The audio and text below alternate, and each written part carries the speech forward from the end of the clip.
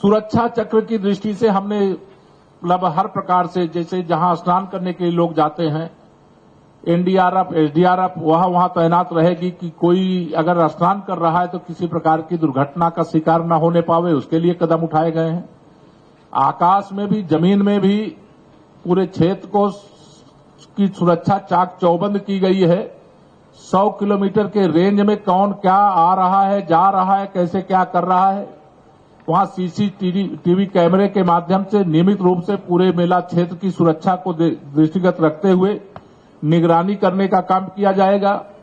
कई पड़ोसी जनपद और राज्य हैं, उनके साथ भी उत्तर प्रदेश सरकार कोऑर्डिनेशन करके वहां पर भी सुरक्षा की दृष्टि से चेकिंग करने का प्रबंध कर रही है। यहां एक बात और बता दूं, जैसे मैं आपके पास यहां पर आया हूं तो यहां जानकारी दूं कि महाकुंभ की वेबसाइट है, आप उसको खोल करके महाकुंभ प्रयागराज की, उसमें 11 भाषाओं के एआई चैट बॉट आदि की उसमें सुविधा है, उसका भी आप सब लोग उपयोग कर सकते हैं। 44 घाटों पर हमारी सरकार जब से आई है, देश में माननीय नरेंद्र मोदी जी के नेतृत्व में, प्रदेश में आदरणीय योगी जी के नेतृत्व में, तब से हम लोगों ने सभी तीर्थ स्थलों पर, सभी स्नान पर्वों पर, हम लोगों के यहां श्रावण मास में भगवान भोलेनाथ के मंदिर में जलाभिषेक किया जाता है, तो जो कांवर यात्री होते हैं उनके ऊपर या पुष्प वर्षा करने का काम किया जाता है। इस बार भी सरकार ने फैसला किया है कि हमारे जो स्नान घाट हैं, उन घाटों पे 44 घाट हैं जिनमें पुष्प वर्षा करने का काम यहां आकाश से हेलीकॉप्टर के माध्यम से कराने का यह फैसला किया गया है। इसमें कुंभ नगरी में 35 हमारे पुराने घाट हैं, 9 पक्के घाट, बड़े साइज के घाट और बनाने का काम किया गया है। 12 किलोमीटर क्षेत्र में जो फैला हुआ पूरा घाट है जहां पे लोग स्नान करते हैं, वहां ऐसे हमारे 12 किलोमीटर क्षेत्र में 44 घाटों पर यह पुष्प वर्षा हो रही है। और इस मेले में लगभग 10,000 संस्थाएं उसमें सहभाग कर रही हैं।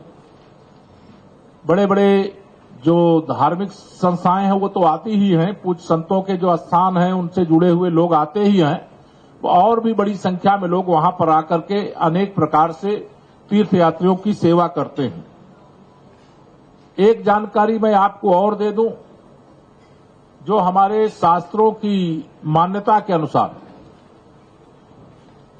पहले प्रयागराज कुंभ मेला क्षेत्र के तट पर अक्षय वट, जिनका दर्शन मुश्किल होता था, वो सेना के देखरेख में रहता था, लेकिन वहां पर अब भव्य कॉरिडोर बना करके तैयार कर दिया गया है।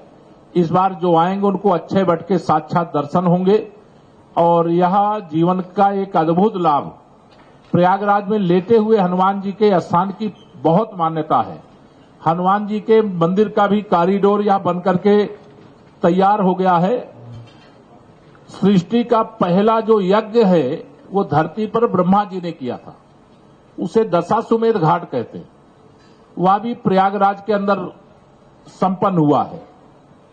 ऐसे लगभग 17 आलोप शंकरी माता, यहां पर भारतवर्ष के किसी भी राज्य से कोई जाता है तो मां के वहां दर्शन करता है।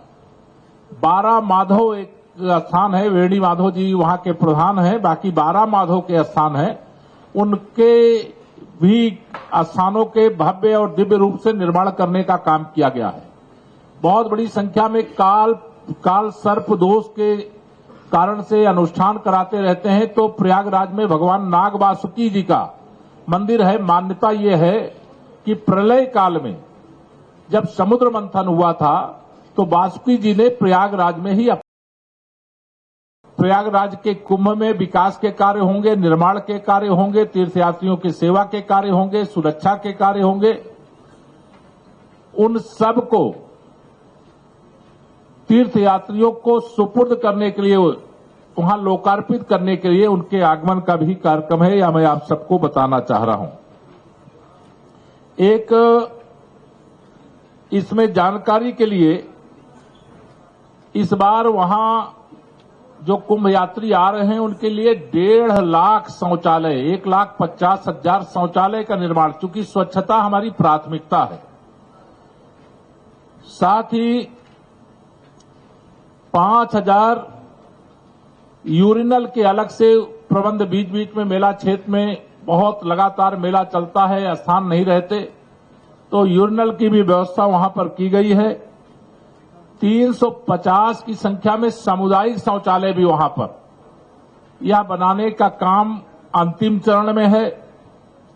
10 टॉयलेट कॉम्प्लेक्स और 40 कॉम्पैक्टर, 120 हापर टीपर और 1500 गंगा सेवा दूत ऐसे तैनात किए गए हैं कि कहीं पर 19 में भी कहीं गंदगी खोजने से नहीं मिली, लेकिन यह गंगा दूत एक तरह से तीर्थयात्रियों के सेवक होते हैं, स्वच्छता के लिए समर्पित होते हैं।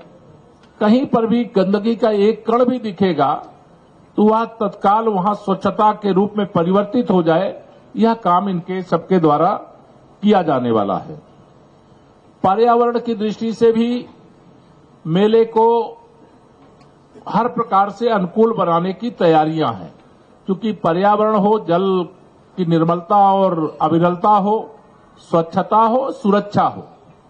चाहे कोई हवाई मार्ग से आना चाहे तो प्रयागराज में हवाई मार्ग से आने की सुविधा है, रेल मार्ग से आना चाहे तो रेल मार्ग से आने की सुविधा है, सड़क मार्ग से आना चाहे तो सड़क मार्ग से भी आने की सुविधा है। प्रयागराज से लगभग 100 किलोमीटर की दूरी पर काशी विश्वनाथ धाम है और प्रयागराज से लगभग 140 किलोमीटर की दूरी पर श्री राम जन्मभूमि अयोध्या है।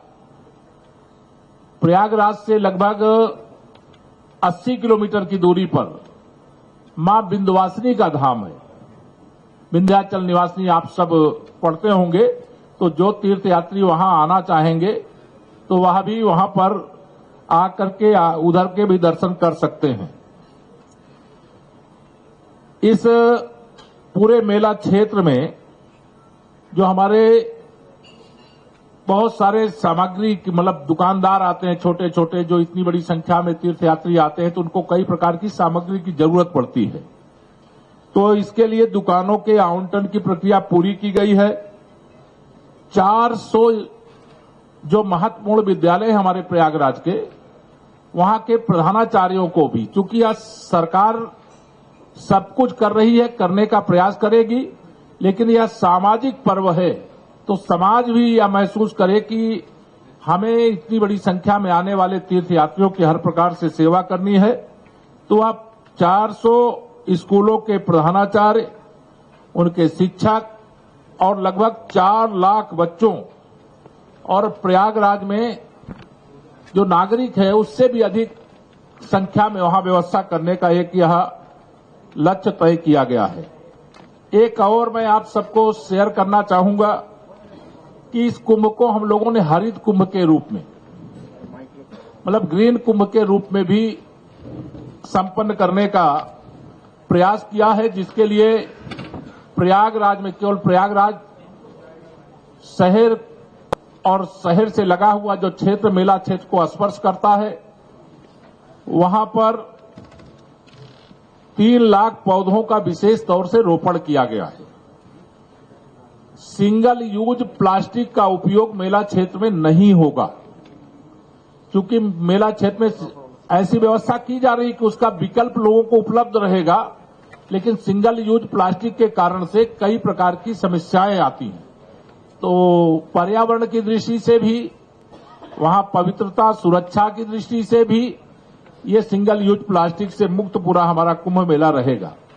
एक जानकारी और मैं आपको शेयर करना चाहूंगा, प्रयागराज के कुंभ मेले के साथ साथ वहां पर एक कल्पवास रूपी अनुष्ठान होता है। उसमें भी लाखों की संख्या में प्रत्येक वर्ष माघ के महीने में भी होता है।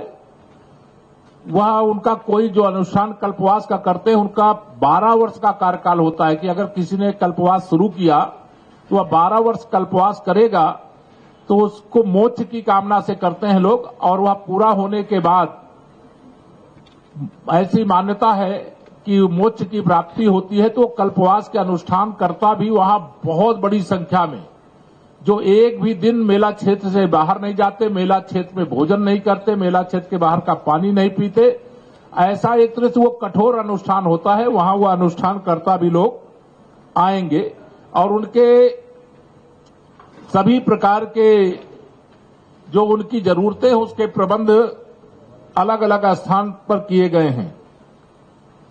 चाहे 100 बेड का, 20 बेड का, ऐसे कई हॉस्पिटल वहां पर निर्माण करने का काम किया गया है। आईसीयू की भी व्यवस्था उपलब्ध है। 24 घंटे वहां चिकित्सक और सारे स्टाफ रहेंगे, एम्बुलेंस रहेगी।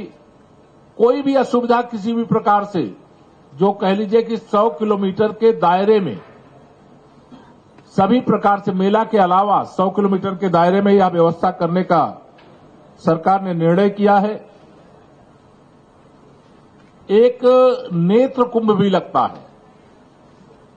3 लाख से अधिक जो बड़े बुजुर्ग आते हैं मेला क्षेत्र में, कई लोग गांव के रहते हैं, उनको आंख में कुछ प्रॉब्लम होती है, नेत्र कुंभ के माध्यम से उनकी जांच करके उनके ट्रीटमेंट की जो जरूरत होगी ट्रीटमेंट करके उनको निःशुल्क चश्मे भी उपलब्ध कराने का सरकार की ओर से और जो तमाम सामाजिक संस्थाएं उनकी ओर से वहां पर व्यवस्था करने का काम किया गया है। और